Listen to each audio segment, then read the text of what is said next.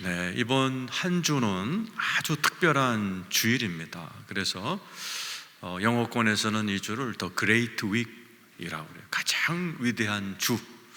왜냐하면 인류를 뒤바꾸는 두 가지 사건이 일어났습니다. 예수님의 십자가의 죽음, 그리고 부활. 그래서 이 주를 전 세계 크리스찬들은 특별히 보내고, 우리 교회도 내일부터 특별 새벽 예배, 칸타타, 그리고 다음 주는 대구 스타디움에서 수만 명이 모여서 예수님을 찬양하는 그런 특별한 한 주를 우리가 보낼 것입니다. 예수께서 놀라운 일을 하셨어요. 십자가와 부활을 통해서 세상을 뒤집어 버리셨고 딴 세상 만들었습니다. 그런데 이 말씀을 잘 이해하는 분은 진짜 딴 사람 되고 딴 세상을 삽니다. 이 십자가와 부활의 복음을 들어도 잘 이해하지 못하거나 설교 듣다가 주무신 분들은 십자가가 부활이 이러면서 여전히 그냥 자기 실력껏 힘들게 살아갑니다. 대구 시민의 90%는 아예 십자가와 부활이란 단어조차 못 듣고 살다가 지옥 가는 분들이 대부분입니다.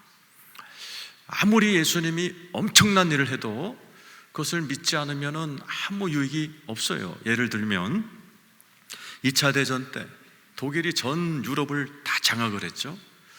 그때 그 역전되는 사건이 노르망디 상륙작전입니다. 연합군이 노르망디에서 독일군을 완전 제압해 버렸어요. 그러면서 이제 전세가 역전됐는데 이 소식이 퍼져나갔습니다. 그런데 모든 연합군 포로들이 이 소식을 대하는 태도에 따라서 세 등분으로 나눠졌어요. 똑같이 독일 포로 수용소에 있는 연합군인데 어떤 분들은 이 소식을 듣고 믿었어요. 이제 전쟁이 끝나가는구나.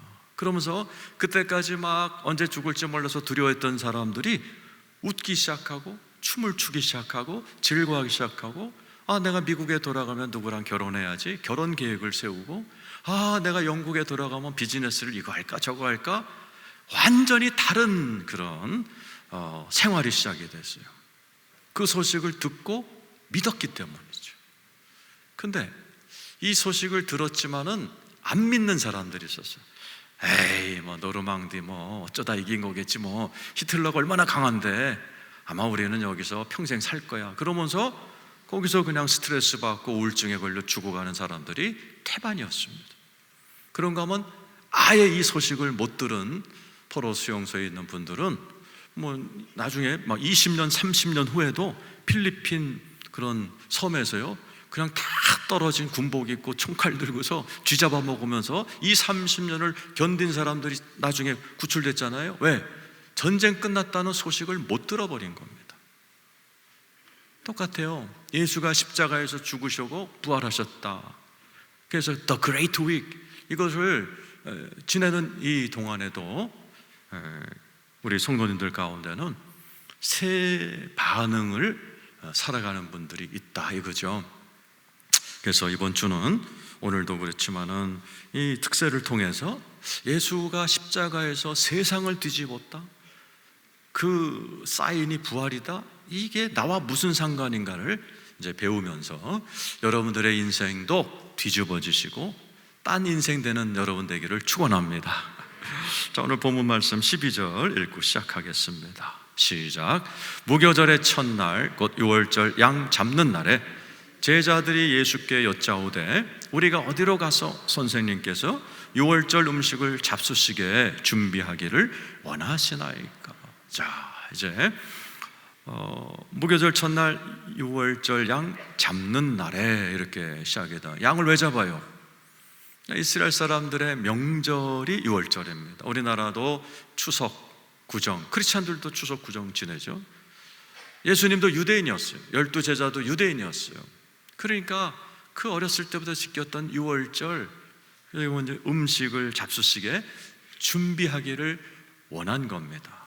그래서 이스라엘 사람들은 양을 잡습니다.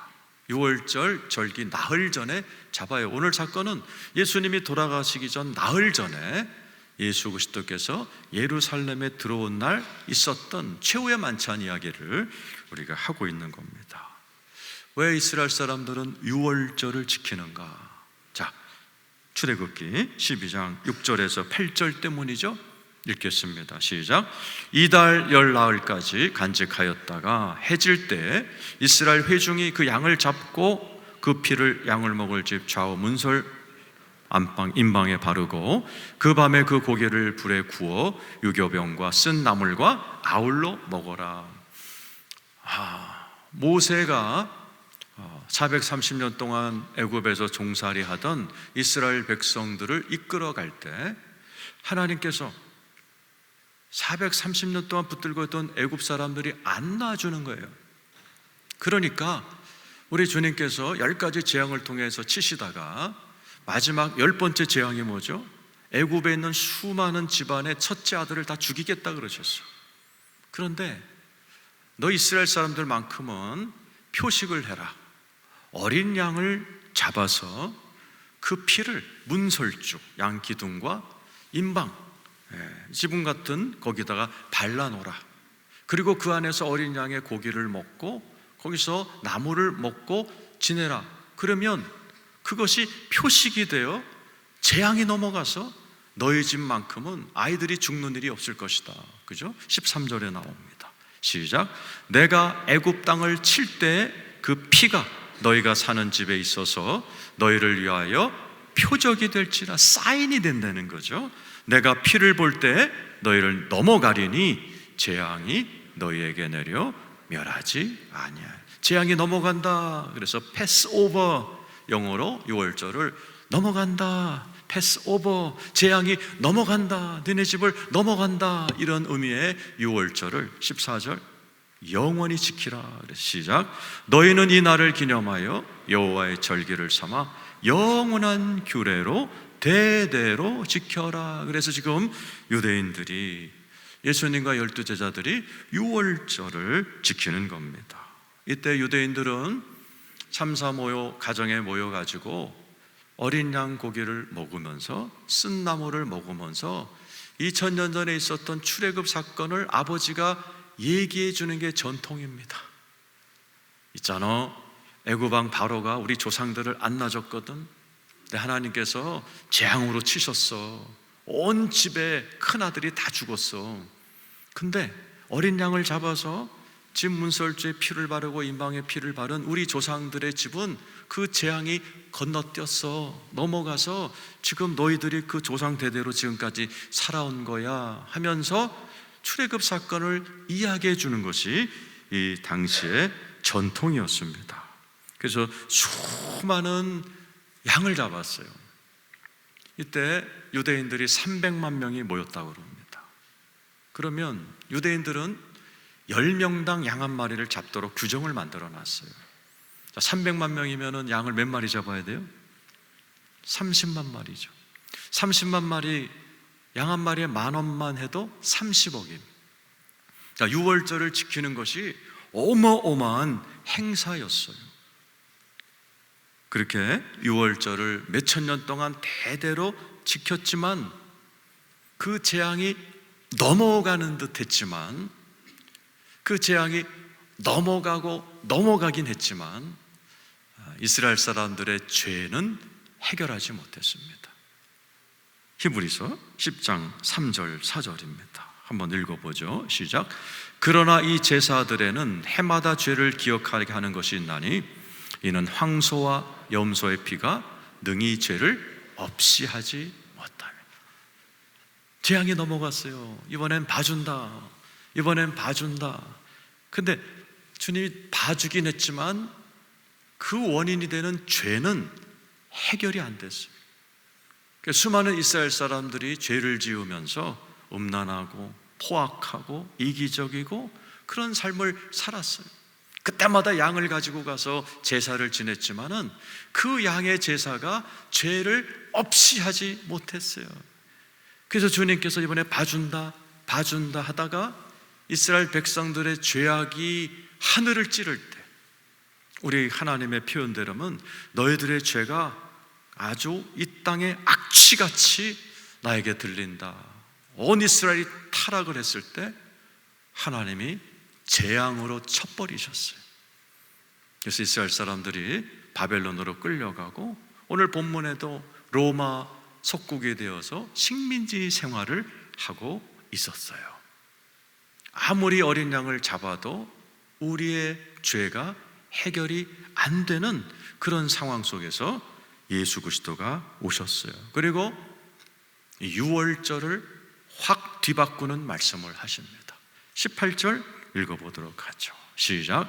다 앉아 먹을 때 예수께서 이르시되 내가 진실로 너에게 이르노니 너희 중에 한 사람 곧 나와 함께 먹는 자가 나를 팔리라 하신대.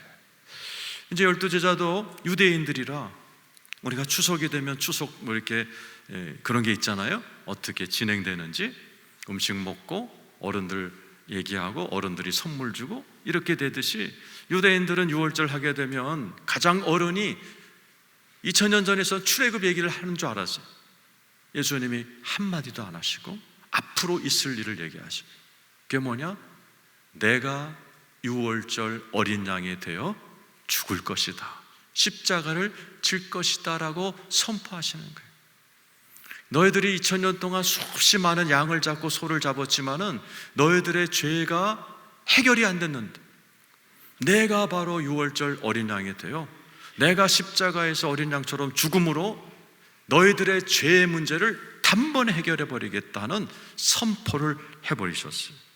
예수 그리스도가 유월절 어린 양으로 오신 겁니다. 요한복음 1장 29절 같이 한번 읽어보죠. 시작. 이튿날 요한이 예수께서 자기에게 나오심을 보고 이르되 보라, 세상 죄를 지고 가는 하나님의 어린 양이로다. 여러분 앞에 있는 십자가 보세요. 모든 교회에 있는 이 십자가에서 예수님이 돌아가셨어요. 많은 영화나 화가들이 미화를 시켜서 예수님이 조금 피 흘리고 하얀 아래 속옷 입고 돌아가셨지만 천천만만의 말씀. 성경을 보면 예수님은 마치 트럭 한 100대에 깔린 모습으로 얼굴을 알아볼 수 없을 정도로 온몸이 짓이겨져서, 어떤 신학자가 정확히 설명해서 온몸이 피떡이 돼서 돌아가셨어요. 그 이유가 뭐예요? 저와 여러분의 죄가 얼마나 무서운가를 보여주신 거예요.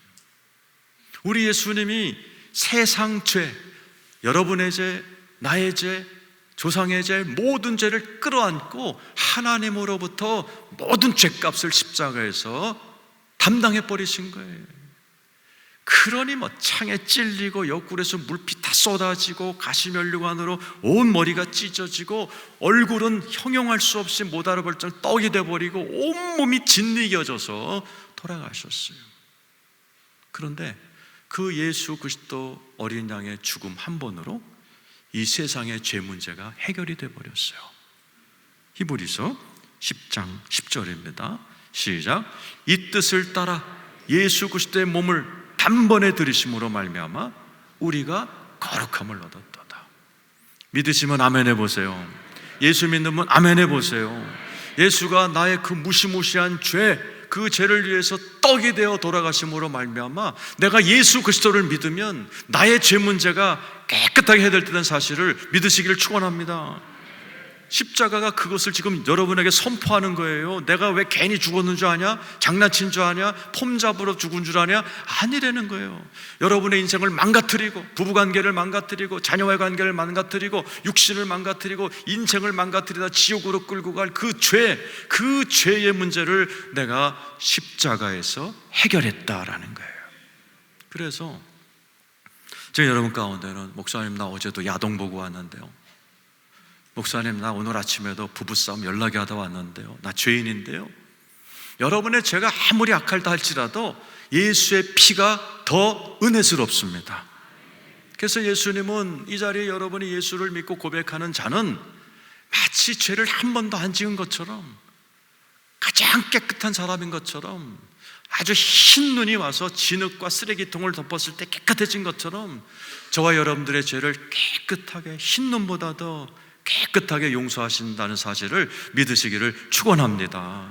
그래서 예수님이 유월절 어린 양이 되어 유월절 당일에 정확하게 죽었고, 제사장들이 목을 자르는 정확한 오후 3시에 깨끗하게 운명하셨어요. 원래는 유대인들이 유월절 날 끝나고 나중에 죽이기로 했어요. 하나님은 구약에 유월절 날 유월절 어린 양으로 반드시 죽어야 되기 때문에 가롯 유다라는 사람을 사용했어요. 가롯 유다 때문에 일정이 꼬여가지고 예수님이 금요일 날 유월절 당일에 모든 유월절 어린 양이 목을 따는 3시에 정확하게 돌아가셨어요. 하나님의 예언이 그대로 이루어진 유월절 어린 양이 예수 그리스도이십니다. 그래서 예수님이 십자가의 어린 양으로 죽으심으로 말미암아 더 이상 예수 믿는 사람들은 양을 잡고 여러분 집 아파트에다가 피를 바르고 여러분 가족들끼리 모여서 양다리를 뜯어먹는 일을 안 해도 바로 우리에게 새로운 표적을 주신 게 성찬입니다. 그 표가 있을 때 재앙에 뛰어남았던 표, 사인. 예수 믿는 분들에게는 사인이 바뀌었어요. 예수를 믿는 자들이 예수의 몸 대신 떡을 먹고 예수의 피 대신 포도주를 먹는 성만찬이 구원의 표입니다. 예수님이 이제부터 유월절 스타일을 바꾼다. 22절에서 24절을 읽어보세요. 시작. 그들이 먹을 때 예수께서 떡을 가지사 축복하시고 떼어 제자들에게 주시며 이르실 때 받으라, 이것은 내 몸입니다. 유대인들은 유월절 양 몸된 고기를 먹었어요. 예수님이 아니, 내 몸이다. 이 떡은 내 몸의 사인이다. 이거 받아 먹어라. 좀 이따 먹으실 겁니다. 그 다음 주 23절 시작. 또 잔을 가지사 감사기도 하시고 그들에게 주시니 다 이를 마시매 이르시되 이것은 많은 사람을 위하여 흘리는 바 나의 피 곧 언약의 피니라. 포도주를 주셨어요. 그리고 이것은 내 피의 사인이니 받아 먹어라. 그러면서 아주 중요한 신학적인 얘기를 하셨어요. 이것은 나의 피 곧 언약의 피니라. 성경은 구약, 신약이죠. 옛날 언약, 새로운 언약이라는 거예요. 우리 예수님께서 이날 마지막 만찬을 나면서 새로운 언약을 언약이 뭐예요? 묶인다는 뜻이에요. 마치 수많은 남녀가 있고 남자친구 여자친구 사귀다가 결혼을 해서 언약식을 맺으면 그 남자와 여자는 묶입니다. 모든 게 묶입니다. 한 집에서 살게 되고 아이를 낳으면 반쪽은 나를 닮고 반쪽은 아내를 닮은 모든 게 묶이고 그것이 계속 묶여서 살아가는 것이 부부의 언약이에요. 예수 그리스도께서 예수 그리스도를 믿고 내 떡을 먹고 내 포도주를 마시는 너희들은 이 세상에서 나와 가장 가까운 언약의 백성이 된다라는 거예요. 그냥 친한 게 아닌 친구가 아니라 내가 네 안에 들어가 버릴 거야. 너는 또 내 안에 들어가 볼 거야. 우리는 하나가 돼. 이것을 새 언약이라고 그래요. 한번 따라서 합시다. 새 언약. 그럼 성경 달고 나면서 구약 성경, 신약 성경이 뭔지는 알고 다녀야 될 거 아니에요? 신약이 뭐예요? 새 언약이에요. 새 언약은 두 가지로 되어 있어요. 예수의 피, 예수의 피, 그리고 하나님의 영인 성령이에요. 예수 그리스도를 믿으시면 아멘 해보세요. 그러면 여러분이 새 언약을 받게 돼요. 마치 보험을 사면 보험 약관을 여러분이 얻게 되듯이 예수를 믿으면 예수님의 약속이 여러분에게 주어지는데 첫 번째가 피예요. 예수를 믿으면 내가 죄를 지울 수 있어요? 예수의 피가 말을 하는 거예요. 네가 죄를 지었지만 네 죄를 내 십자가의 피가 덮었다. 이게 새 언약의 1번이에요. 2번은 뭐예요? 그래도 우리 죄 짓잖아요, 그죠? 맨날 죄 짓잖아요. 너도 죄 짓고 그렇잖아요. 마음으로, 생각으로. 하나님, 나 어제 죄 졌는데요. 성찬식을 통해서 용서는 받지만 하나님, 나 잘 안 변해요. 그래서 오신 게 누구예요? 새 언약의 영, 성령님이 내 안에 들어오셔서 나를 점점 더 거룩하게 만들어서 확인해 보세요, 여러분. 예수 믿은 지 몇 년 되지 못했지만 저 38년 됐어요. 38년 전에 나와 지금의 나는 비교가 안 될 정도로 바뀌었어요. 내 친구들이 몰라봐요. 머리도 하얘져가지고 몰라봐요. 동창회 나가면 몰라봐요. 예? 제가 잘 놀았거든요. 나이트클럽의 황태자였는데 목사가 됐다고 그러니까 다들 기절초풍합니다. 왜 그래요? 예수의 피와 성령님의 은혜가 나를 바꿔가는 거고. 히브리서 9장 14절 15절 읽어보세요. 시작. 하물며 영원하신 성령으로 말미암아 흠없는 자기를 하나님께 드린 그리스도의 피가 어찌 너희 양심을 죽은 행실에서 깨끗하게 하고 살아계신 하나님을 섬기게 하지 못하겠느냐. 뭐가? 피가. 13절에 나와있죠. 예수님의 피가, 그리스도의 피가 우리를 죽은 행실에서 깨끗하게 한다라는 거예요. 죽은 행실 많잖아요. 나쁜 행실, 그죠? 여러분 알잖아요. 여러분 각자 부부끼리 행실이 안 좋고, 그죠? 자녀들의 행실, 여러분 집안에서 하는 행실, 회사에서 하는 행실, 혼자 있을 때 하는 그 이상한 행실들 다 있잖아요. 그걸 뭐가 바꿔나가요? 그리스도의 피가 바꾼다라는 거예요. 이 세상에서 내 행실을 바꾸는 약은 없어요. 무슨 아스피를 먹는다고 나쁜 행실이 바뀌어져요? 여러분의 아들, 딸들의 못된 행실이 바뀌어져요? 근데 하나 있어요. 조금 이따 먹을 거예요. 예수의 몸과 피 대신 이 떡과 잔이 여러분을 변화시킵니다. 베드로전서 1장 18절 19절을 읽어보세요. 시작. 너희가 알거니와 너희 조상이 물려준 헛된 행실에서 대속함을 받은 것은 은이나 금같이 없어질 것으로 된 것이 아니요, 너희 조상에게, 여러분 조상에게 물려받은 헛된 행실 있잖아요. 옛날 성경은 망령된 행실이라고 그러죠. 여러분 부모님으로부터 물려받은 그 유전적인 못된 성품들이 있어요. 꽁하고 혈기 부리고 바람 피고 온갖 집안에 핏줄을 흘려내려오는 그런 것들이 있어요. 그거 어떻게 바꿔요? 근과 음으로 어디 가서 못 산다는 거예요. 19절 시작. 오직 흠없고 점없는 어린 양 같은 그리스도의 보배로운 피로 된 것이니라. 오직 예수의 피만이 조상으로부터 받아 내려오는 못된 나의 모습, 우리 가문의 모습 바꿔주실 줄로 믿습니다. 예수 믿어야 돼요. 그리고 성찬에 참여함으로 말미암아 이 떡과 피가 상징하는 예수의 피와 은혜가 우리의 가문을, 내 집안을 거룩하게 변화시켜 주신다는 사실을 믿으시기를 축원합니다. 그리고 우리 주님이 마지막 25절하고 오늘 본문이 끝납니다. 읽고 설명하겠습니다. 시작. 진실로 너에게 이르노니 내가 포도나무에서 난 것을 하나님 나라에서 새 것으로 마시는 날까지 다시 마시지 아니하리라. 예수님이 이날 성만찬을 하신 것을 마지막 만찬이라고 그래요. 이 땅에서의 예수님의 마지막 만찬. 준절 써놨어요. 내가 포도나무에서 난 것을, 포도주죠, 하나님 나라에서 새 것으로 마시는 날까지 다시는 마시지 않겠다. 이 말은 무슨 말이냐? 예수 그리스도께서 이 세상 끝날 재림하실 때 왜 오세요?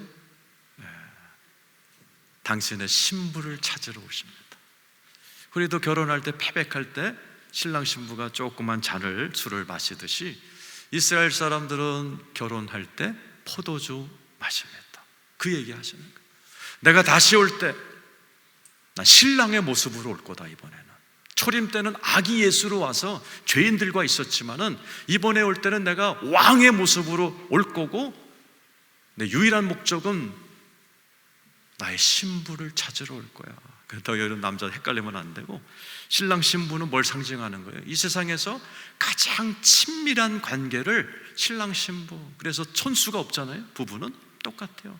예수님이 내 짝을 찾으러 온다는 거예요. 내 친구를 찾으러, 내 종을 찾으러 온다는 거예요. 일생 하나가 되어 네가 내 안에 내가 내 안에 우리 같이 영원히 같이 살 수 있는 내 짝을 찾으러 오겠다.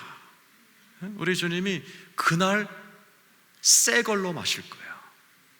이걸 이제 공중 혼인잔치 이렇게 표현합니다. 그날 예수님이 오시는 거예요.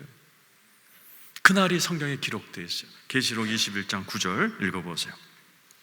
시작. 7 대접을 가지고 마지막 7 재앙을 담은 7 천사 중 하나가 나와서 내게 말하 이르되 이리 오라.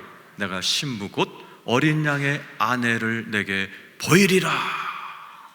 마지막 환란이 있어요. 어마무시한 환란이 옵니다. 이건 전 세계를 대청소하는 거예요. 우리가 이제 새로운 집에 이사 가거나 새로운 집으로 옮길 때 옛날 살던 집 다 갖다 버리고 막 대청소하듯이 예수님이 이 땅에 오셔서 새 하늘 새 땅을 만들어 가셔 이 온 세상을 다 대청소하십니다. 마귀 싹 갖다 없애버리시고 마귀에 속한 자들 싹 하나님께서 진멸해 버리시는 대청소를 대환란이라고 그래요. 그때 7 대접이 이제 마지막 환란이에요. 7번씩인데 마지막 7 천사가 하는 말이 뭐예요? 이제 여러분에게 어린 양 예수님의 아내를 소개합니다. 이렇게 선포합니다. 온 우주를 향하여 예수 그리스도의 신부 아내를 소개합니다. 이 말은 뭐예요? 예수님과 단짝이 되어 영원토록 예수님의 친구가 되고 한 몸이 되어 영원히 이 세상을 살아갈 하나님의 백성을 소개합니다. 그럴 때 누가 나가요? 여러분이 나가게 되어 있는 거예요. 안 믿어지시죠? 26절, 27절에 읽어보세요. 시작. 사람들이 만국의 영광과 존귀를 가지고 그리로 들어가겠고. 하나님의 백성들이 들어간 조건이 그 다음 절에 있어요. 누가 들어가는가? 시작.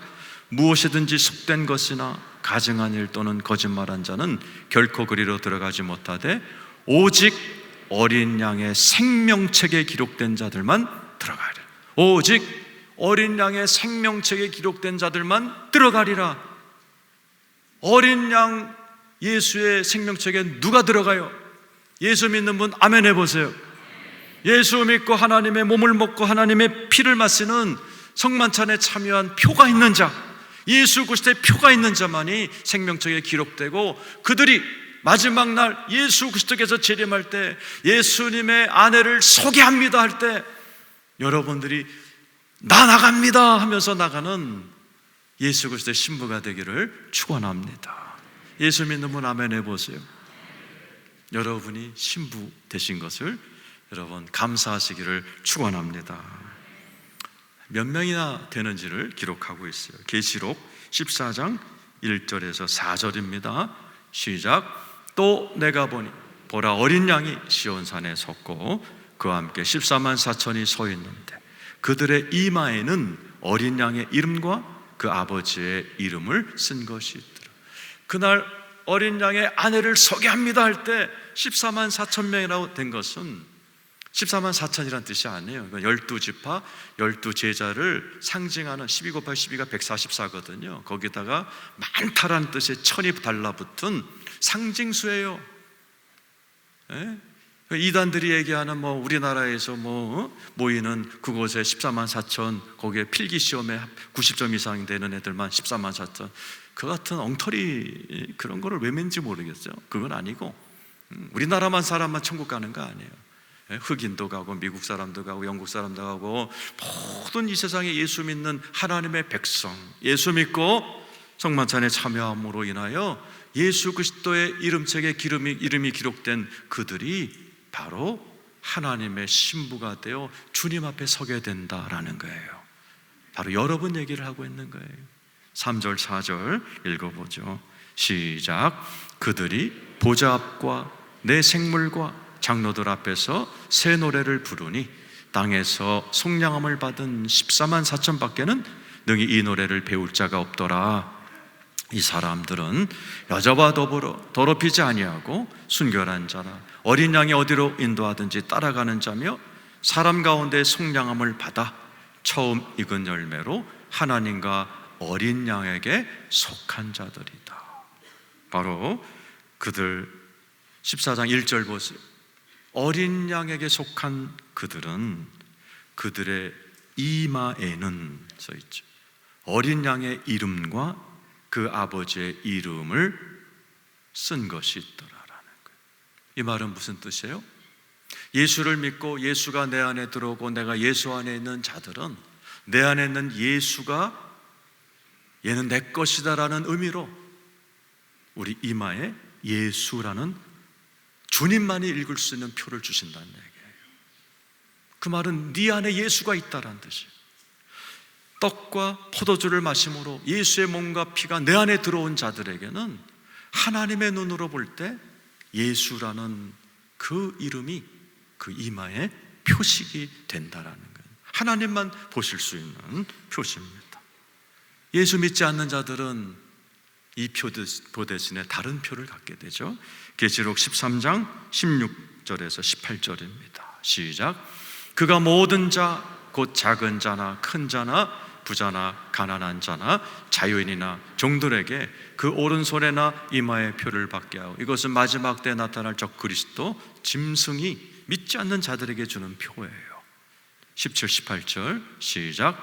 누구든지 이 표를 가진 자 외에는 매매를 못하게 하니 이 표는 곧 짐승의 이름이나 그 이름의 수라. 18절 지혜가 여기 있으니 총명한 자는 그 짐승의 수를 세어보라. 그것은 사람의 수니 그의 수는 666이다. 666이라는 표를 갖게 돼요. 그리고 그들은 영원한 지옥에 떨어지게 되는 겁니다. 오직 예수 그리스도를 믿을 때만, 우리 예수 그리스도께서 이 땅에 오실 때 내 아내를 소개합니다. 내 단짝을 소개합니다. 영원한 나라의 나의 파트너를 소개합니다 할 때 예수 그리스도를 믿고 예수라는 이름이 새겨진 예수의 사람들만이 그 자리에 서게 돼 있어요. 믿지 않는 자들은 그 예수 그리스도와 그 예수에 속한 자들이 그 축제 포도주를 마실 때 666이 박힌 이들은 딴 거 마십니다. 계시록 14장 9절에서 11절입니다. 시작. 또 다른 천사 그 셋째가 그 뒤를 따라 큰 음성으로 이르되 만일 누구든지 짐승과 그의 우상에게 경배하고 이마에나 손에 표를 받으면 그도 하나님의 진노의 포도주를 마시리니 그 진노의 잔에 섞인 것이 없이 부은 포도주 거룩한 천사들 앞과 어린 양 앞에서 불과 유황으로 고난을 받게 돼. 진노의 포도주를 불과 유황 뭐예요? 지옥이죠. 지옥으로 떨어지게 된다라는 거예요. 잘 들으세요.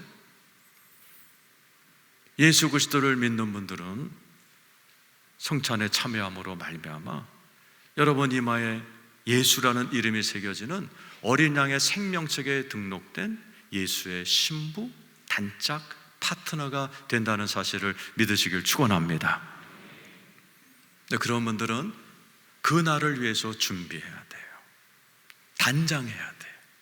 내가 예수 앞에 딱 설 때 나 여기 있어요. 언행심사가 그래도 예수님 닮으려고 애썼던 나, 일생을 단장한 나. 결혼할 때 단장 많이 하잖아요. 똑같습니다. 일생을 통해서 예수님 닮으려고 애썼던 나 여기 나가요 주님 하고 달려나가야 돼요. 계시록 21장 1절 2절입니다. 시작. 또 내가 새하늘과 새 땅을 보니 처음 하늘과 처음 땅이 없어졌고 바다도 다시 예수가 올 때는 모든 게 새로워져. 새하늘 새 땅 새 예루살렘 지금 하늘 땅 잘 받으세요. 예수님이 오실 때는 이런 먼지 많고 황사 많고 미세먼지 많은 하늘이 아니에요. 완전히 새로운 하늘로 변하게 될 때 제일 놀랍게 변하는 게 저와 여러분이에요. 그 앞에 서게 될 때 단장하고 서라고 된 2절이죠. 시작. 또 내가 보매 거룩한 성 새 예루살렘이 하나님께로부터 하늘에서 내려오니 그 준비한 것이 신부가 남편을 위하여 단장하고. 예수 믿는 분 아멘 해보세요. 우리는 아직 부족해서 성격도 그렇고 말하는 것도 그렇고 행동도 그렇고 아직 예수님의 파트너 되기에는 좀 부족해. 열심히 우리에게 주어진 시간 동안에 단장해야 돼요. 기도도 하고 노력도 하고 결심도 하고 깨우치는 이 과정을 계속해야 돼요. 또 더 중요한 것은 여러분의 자녀들 중에 부모님 중에 믿지 않는 자들, 그들은 이 자리에 못 갑니다. 우리가 예수님과 축하 포도주를 드릴 때 그들은 진노의 포도주를 맞게 되고 우리가 예수님과 영원한 파트너가 되어 천국 잔치에 들어갈 때 그들은 불과 유황이 이글거리는 지옥으로 떨어지게 돼요. 늦기 전에 그들에게 전도하셔야 돼요. 그들도 빨리 이 기쁜 소식을 듣고 예수 믿고 이 성만찬에 오게 해야 돼요.